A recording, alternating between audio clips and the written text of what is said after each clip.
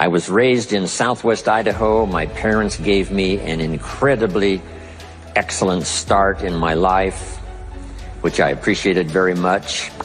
But I quit school at age 19, unfortunately. My reasoning was, I'm smart enough to get a job. How much smarter do you need to be? And with that shallow thinking, I quit school, age 19, and got a job, went to work. A little while later, got married, started a little family, and I'm struggling and, trying to do my best. But it seems like each year I'm falling just a little bit further behind. Finally, age 25. The climax of my sort of, weariness with where I was, not doing as well as I thought I should. I hear a knock on my door, and I happen to be home alone.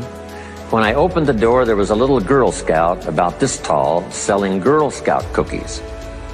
And she gave me the finest sales presentation I've ever heard. Girl Scouts around the world, no better organization. And we've got these cookies, only $2, several flavors. And with a big smile, she very politely asked me to buy. No problem, I wanted to buy. Big problem, I haven't got $2 in my pocket. Now, I'm a grown man, I live in America, I've been to 1 year of college, I'm married, I've got a family, and I don't have $2 in my pocket. And I didn't want to tell her that. So I did what I thought was next best. I lied to her. I said, hey, look, I've already bought lots of Girl Scout cookies. I've still got plenty in the house that we haven't eaten yet. And she said, oh, that's wonderful. Thank you very much. And she leaves. When she leaves, I say to myself, I don't want to live like this anymore. I mean, how low can you get lying to a Girl Scout? I mean, that's about as low as you can go. But I promised myself that day I was going to start my search of finding opportunity, finding somebody who could teach me and coach me on doing much better for myself and for my family and for my future. And shortly after that, I met a most extraordinary man, very wealthy, but a friend of mine said, you got to meet this man. He's rich, but he's easy to talk to. He's got a unique philosophy of business and life. And the more he told me about this man, the more I said, I've got to meet this guy. And shortly after that, I had a chance to meet him. Sure enough, when I met him, I was impressed. Obviously, he was rich, but he was friendly and easy to talk to. And I said to myself, if I could just get around someone like him, and if he would coach me, I would be willing to learn anything. I'd love to be like him. Well, my good fortune was he invited me to join his company, and over the next 5 years, my dream came true. He coached me and taught me how to turn my life from pennies to fortune. And he's not alive anymore, but I'd like to pay tribute to him one more time, Mr. Earl Schoaf, for the dramatic impact he had on my life, especially during that 5-year period. And so my whole life turned around. I made my fortune by the time I was 32, starting at age 25. And some of the ideas that I want to share with you today came from that 5-year experience. Then from there, I got into lecturing and giving seminars, and I've written a few books, and my career now spans about 41 years. But I'll never forget the impact this gentleman had on my life with a few simple concepts that totally changed my life, changed my future, and changed everything. Jim Rohn's view of the 21st century. Here's number 1, unprecedented opportunity. We not only have begun a new century, century 21, it's a new millennium. A millennium is a 1,000-year period. We've had 6 so far. This is the beginning of the 7th millennium, and some scholars tell us that this could very well be an extraordinary time for the human race, this 7th millennium. And there's probably a lot of good reason that that is probably true. Unprecedented opportunity. We've now got the technology. We pick up a telephone now and talk to somebody on the other side of the world.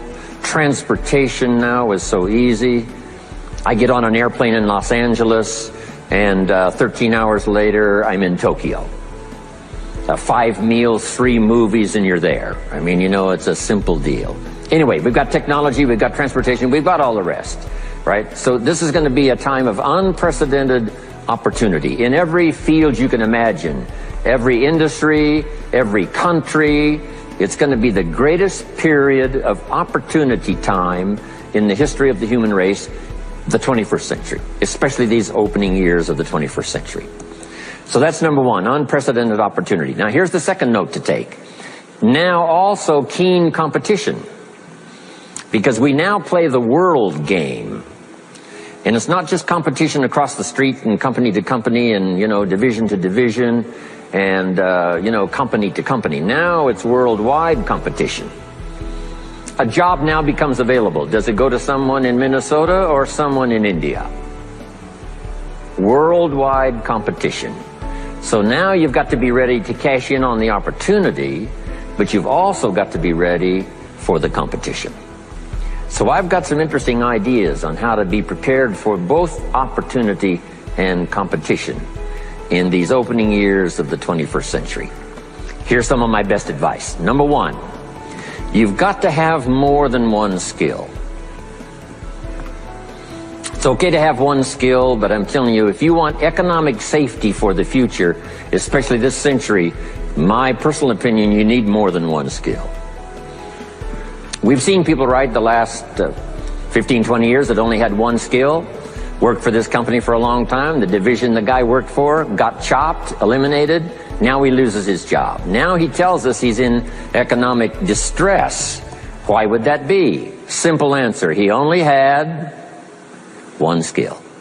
So for economic safety for the future, my personal advice, you gotta have more than one skill. In fact, it led me to my first fortune, and that was learning more than one skill. I started learning these extra skills in Idaho, where I grew up. I knew how to milk cows, but it didn't pay very well. Then someone gave me this incredible advice. If you want to lay the foundation for a future fortune, you've got to learn more than one skill.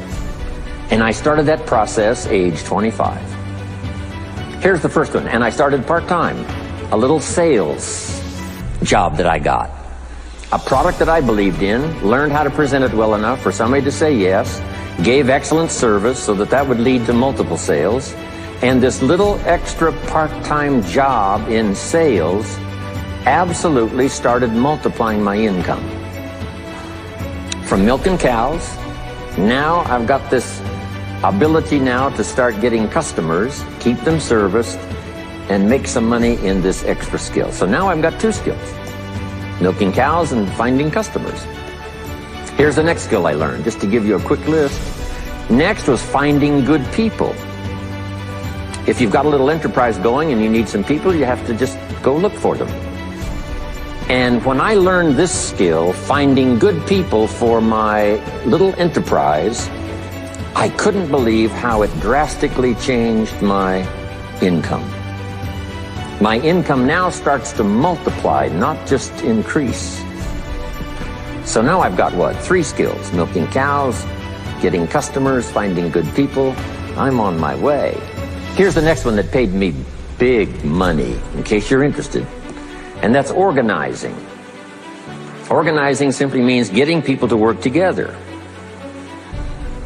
Big challenge, but if you learn this skill, getting people to work together, they pay extraordinary money. Here's the next one that really increased my income substantially, and that's promotion and recognition. Rewarding people for small steps of progress. I mastered this one. And here's the philosophy behind it. Be so busy giving other people recognition, you really don't need it for yourself. I mastered this. Guess what it pays? Big money. Let me just give you one more, and it's in 3 parts. And that's communication. Learning to affect other people with your language. Of all the things not to be lazy about, it's language, because words can work miracles. And communication I found in 3 parts. Here's number 1, training, showing somebody how the job works.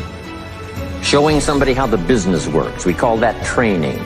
I got good at that. Paid big money. Here was the next one, teaching. Teaching people how life works. Teaching people how to set goals. Teaching how to become a leader, manager, entrepreneur. Stepping up to the higher opportunity and better challenge. This one paid me extraordinary money. But this one paid the best. Learning to inspire. Helping people to see themselves better than they are. So I've got how many skills, right? A big long list. So, safety, economic safety for the future, especially the opening years of the 21st century.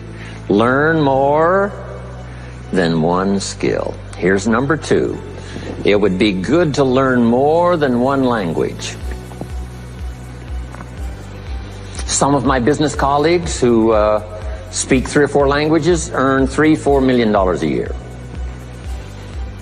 One of my friends, Leon Weisbein from Russia, I remember when he was making $3 million a year, he spoke 3 languages. Here's what he said, I think I'll learn another language, make another $1 million. Those extra languages are so valuable. When I travel the world, I gotta find somebody that knows more than 1 language or I'm in deep trouble. If you think the time has passed you by to learn that 2nd, 3rd language, make this note. You heard it from Jim Rohn. Give it as a gift to your children. The 2nd language. Maybe that'll inspire them to learn the 3rd language, and then no telling where it might go from there. I asked a school teacher one time, how many languages can a child learn? Here's what she said, as many as you will teach them. They don't lack capacity, they don't lack intelligence, they certainly don't lack curiosity, they only lack a teacher. So you got my good advice now? More than 1 skill, more than 1 language, here's the rest. Learn the simple economic formula that works for everybody, and I can give it to you in just a couple of sentences. A simple economic formula, kids can understand it, anybody can understand it. Anybody that wants to get paid, here's the language for your notes. We get paid for bringing value to the marketplace. That's as simple as you can put economics. Anybody that wants to get paid, you get paid for bringing value to the marketplace. The marketplace is the people. Now, the value we bring is one part of it, a product or a service, but here's the other part, the value you become. So just off to the side, put the value is 2 parts. The value you bring, like a product. If you manufactured it, you might keep improving the product. If someone else manufactured it and you're out selling it, they probably keep improving the product. But this is the one you have to work on yourself. The value you become, like an entrepreneur, a leader, a teacher, supervisor, manager. What you become also pays much more than what you bring. Once I understood that, then here's what my mentor said. Go to work on yourself harder than you work on your job. If you work hard on your job, you can make a living. Then, he said, if you work hard on yourself, you could make a fortune. So I worked hard on my job and made a living, but I learned, starting with those extra hours per week, learning these extra skills, I started working on myself. And here's a philosophical phrase everybody should take home. Here it is. Success is something you attract by becoming an attractive person. Success is not something you pursue. It's what you attract by becoming attractive. By becoming attractive to the marketplace. What would do that? Multiple skills, multiple languages, and then some of the things I'm going to talk about the rest of the seminar.